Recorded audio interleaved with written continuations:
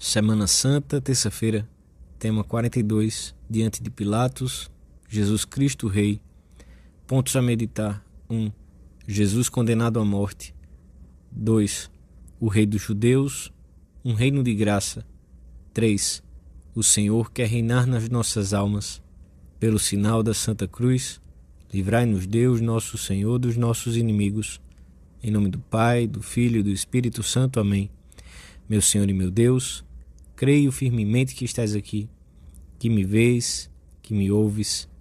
Adoro-te com profunda reverência. Peço-te perdão dos meus pecados e graça para fazer com fruto este tempo de oração. Minha Mãe Imaculada, São José, meu Pai e Senhor, meu anjo da guarda, intercedei por mim.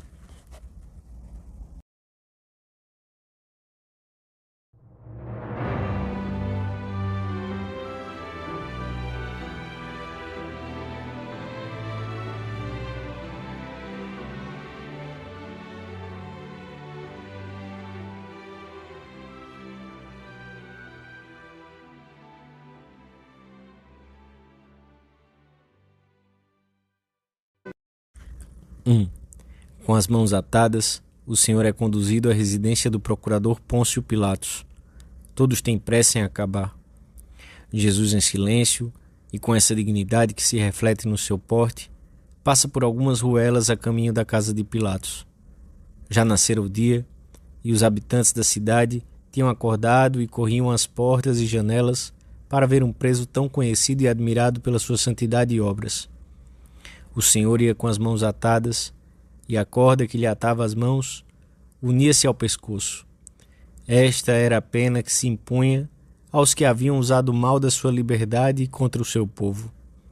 Sentiria frio naquela madrugada e sono, a cara desfigurada pelas pancadas e escarros, o cabelo despenteado pelos últimos puxões que lhe tinham dado, entumecido o rosto e o sangue coagulado e seco. Foi assim que o Senhor apareceu em público pelas ruas, e todos o olhavam espantados e atemorizados. Ninguém duvidava de que, se o tinham tratado e o conduziam assim, era porque iria ser condenado.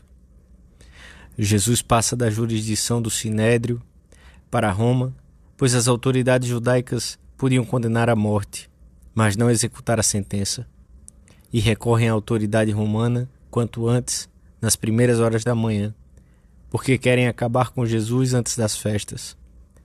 Começa a cumprir-se ao pé da letra o que ele havia anunciado: o Filho do Homem será entregue aos gentios, escarnecerão dele, e será ultrajado e cuspido, e depois de açoitá-lo, matá-lo-ão, e ao terceiro dia ressuscitará.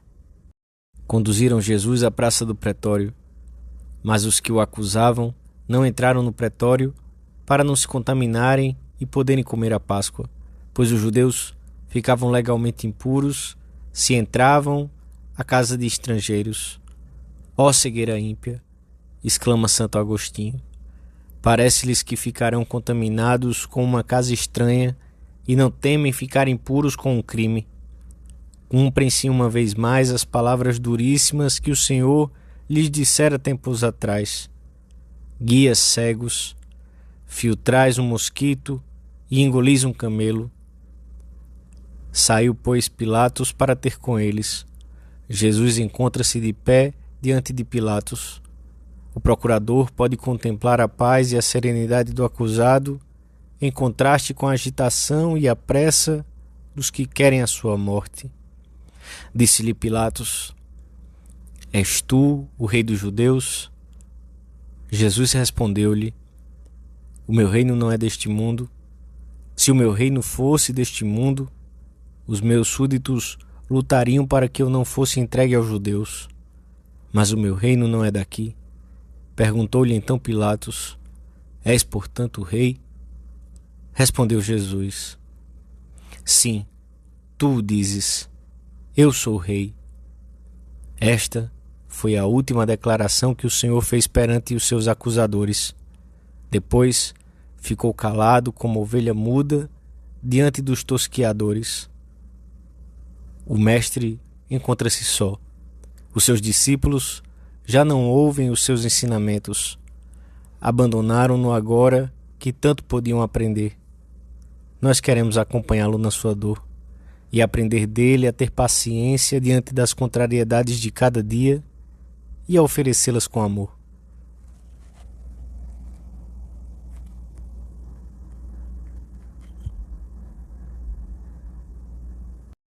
Dois. Pilatos, pensando talvez que com isso aplacava o ódio dos judeus, mandou flagelar Jesus. É a cena que contemplamos no segundo mistério doloroso do Rosário. Atado à coluna, cheio de chagas, ouvem-se os golpes dos azorragues na sua carne rasgada, na sua carne sem mancha, que padece pela tua carne pecadora. Mais golpes, mais sanha, mais ainda. É o cúmulo da crueldade humana. Por fim, rendidos, desprendem Jesus, e o corpo de Cristo rende-se também à dor e cai, como um verme, truncado e meio morto. Tu e eu não podemos falar. Não são precisas palavras. Olha para ele devagar. Depois, serás capaz de ter medo à expiação? A seguir, os soldados teceram uma coroa de espinhos e puseram-na sobre a sua cabeça e cobriram-no com um manto de púrpura. E aproximavam-se dele e diziam-lhe: Salve, Rei dos Judeus! E davam-lhe bofetadas. Hoje, ao contemplarmos Jesus que proclama a sua realeza diante de Pilatos, convém que meditemos também nesta cena narrada no terceiro mistério doloroso do Rosário. A coroa de espinhos, cravada a marteladas, faz dele um rei de comédia. E a força de pancadas ferem-lhe a cabeça, esbofeteiam-no, cospem nele. Tu e eu não teremos voltado a coroá-lo de espinhos e a esbofeteá-lo e a cuspir-lhe? Nunca mais, Jesus, nunca mais. Pilatos saiu outra vez e disse-lhes: Eis que vou-lo trago cá para fora, para que saibais que não acho nele culpa alguma. Apareceu então Jesus, trazendo a coroa de espinhos e o manto de púrpura. Pilatos disse-lhes: Ecce homo, eis o homem. Vestido com as insígnias reais sob uma chuvarada de zombarias, o Senhor esconde e ao mesmo tempo faz vislumbrar, sob aquela trágica aparência, a grandeza do Rei dos Reis. A criação inteira depende de um gesto de suas mãos. O seu reino é o reino da verdade e da vida, o reino da santidade e da graça, o reino da justiça, do amor e da paz. Enquanto contemplamos estas cenas da paixão, nós, cristãos, não podemos esquecer que Jesus Cristo é um rei com um coração de carne, como o nosso. Também não podemos esquecer que são muitos os que o ignoram e o rejeitam. Diante desse triste espetáculo, sinto-me inclinado a desagravar o Senhor. Ao escutar esse clamor que não cessa e que se compõe não tanto de palavras como de obras pouco nobres, experimento a necessidade de gritar bem alto: convém que ele reine.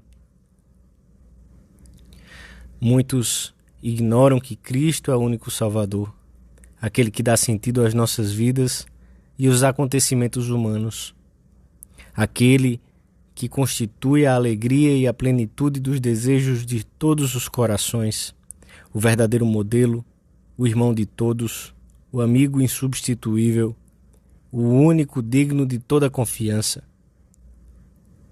Ao contemplarmos o Rei coroado de espinhos, dizemos-lhe que queremos que reine na nossa vida, nos nossos corações, nas nossas obras, nos nossos pensamentos, nas nossas palavras, em tudo o que é nosso.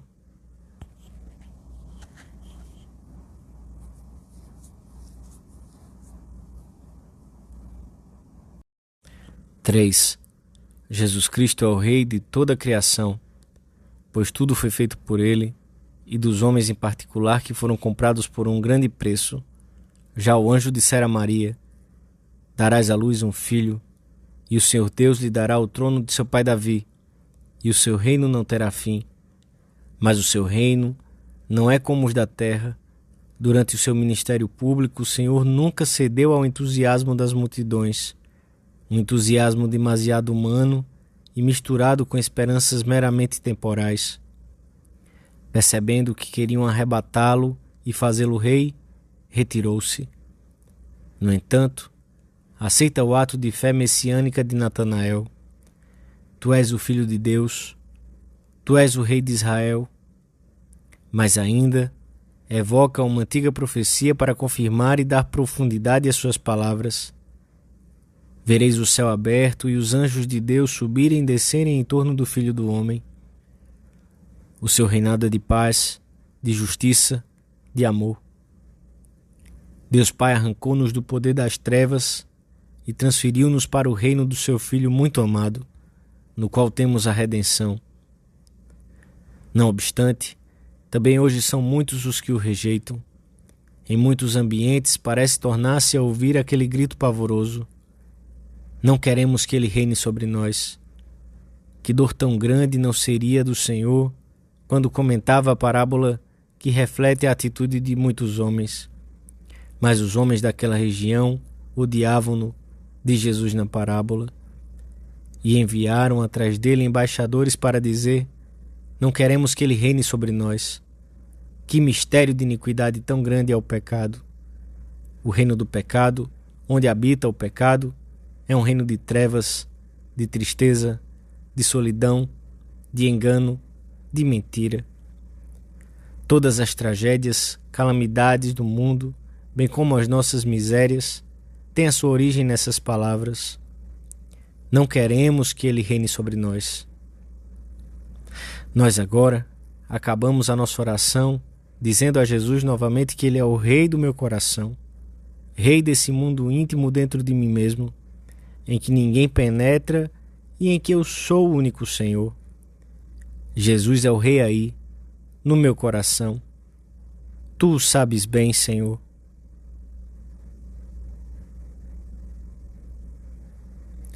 Dou-te graças, meu Deus, pelos bons propósitos, afetos e inspirações que me comunicaste nesta meditação. Peço-te ajuda para os pôr em prática. Minha Mãe Imaculada, São José meu Pai e Senhor, meu anjo da guarda, intercedei por mim.